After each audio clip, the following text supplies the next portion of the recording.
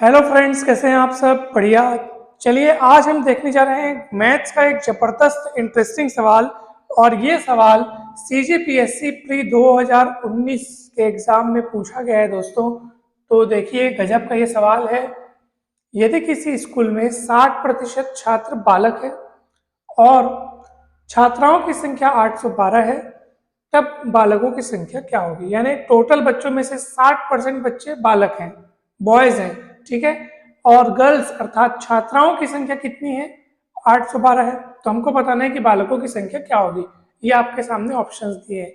तो अपन पहले तो ये मान लेते हैं कि मान लो कुल छात्रों की संख्या मतलब कि इसमें बालक भी आ गए और छात्राएं भी आ गई। टोटल मान लो कितनी है? एक्स। अब इसी एक्स का 60% हिस्सा किनका है? बालकों का है। देख लिखा है ना, 60% छात्र कौन है? बालक हैं। तो इसी टोटल संख्या आपने जो मानी है उसका 60% हिस्सा कौन है? बालक है। अर्थात ये बालकों का प्रतिशत 60%। तो बालिकाओं का अर्थात छात्राओं का प्रतिशत फिर कितना हो जाएगा? फिर बताइए भला। सीधी सी बात है, एक्स का 60% हिस्सा तो 60% बालकों का है। तो एक्स का प्रतिशत मतलब 100 में से मानते हैं अपन। तो 100 में से घटा के देख लेंगे 60 को, और जो भी प्रतिशत बनेगा वो छात्राओं का प्रतिशत होगा। ठीक है। तो एक्स का 40% हिस्सा इनका है? छात्राओं का है। यानी कुल छात्रों का कुल छात्रों का, जिसमें से बालक भी शामिल है, छात्राएं भी शामिल है, जिनको हम एक्स बोल रहे हैं, उनका 40% हिस्सा किनका हो गया? छात्राओं का हो गया। और उनकी संख्या प्रश्न में दी हुई है 812। यानी एक्स का 40% हिस्सा ही क्या है? 812 है। प्रश्न में क्या दिया है? छात्राओं की संख्या कितनी है? छात्राओं की संख्या 812। और प्रतिशत के हिसाब से वो टोटल विद्यार्थियों का 40% है। छात्राओं की संख्या क्या कितनी है? टोटल विद्यार्थियों की 40% है। तो अतः आप क्या लिखेंगे?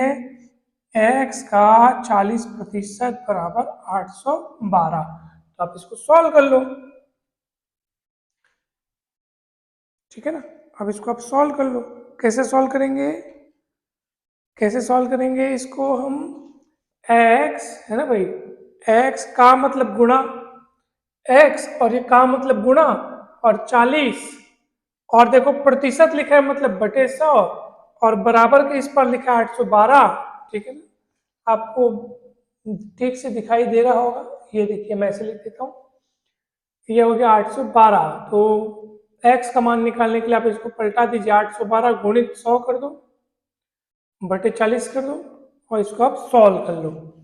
जीरो से जीरो कटेगा, 2 दूनी 4, 2 पंचे 10, 2 एकम 2, 2 चौक 8, 2 छक्के 12। फिर 5 को 4 से 6 से गुणा कर दो तो 5 अंक 20 यानी 2030। ठीक है। एक्स का मान कितना निकलेगा? 2030। ये एक्स क्या था? ये एक्स कुल छात्रों की संख्या थी, यानी इसमें बालक और छात्राएं दोनों शामिल हैं। और कुल मिलाकर संख्या कितनी है? 2030। अब इसी पूरी संख्या का 60% हिस्से कौन है? बालक है। तो बालकों की संख्या कितनी हो जाएगी? बालकों की संख्या बराबर इसी 2030 का, एक्स का 60%। एक्स का मान 2030 है, तो 2030 का 60%, यानी कि ये 2030 हो गया। का मतलब गुणा 60 और परसेंट मतलब 100 से भाग। एक जीरो यहाँ से कटेगा, एक जीरो यहाँ से कटेगा। 203 गुणित 6, 6 दूनी 1200 और 6 ती 18, यानी 1218 आपका आंसर आ जाएगा।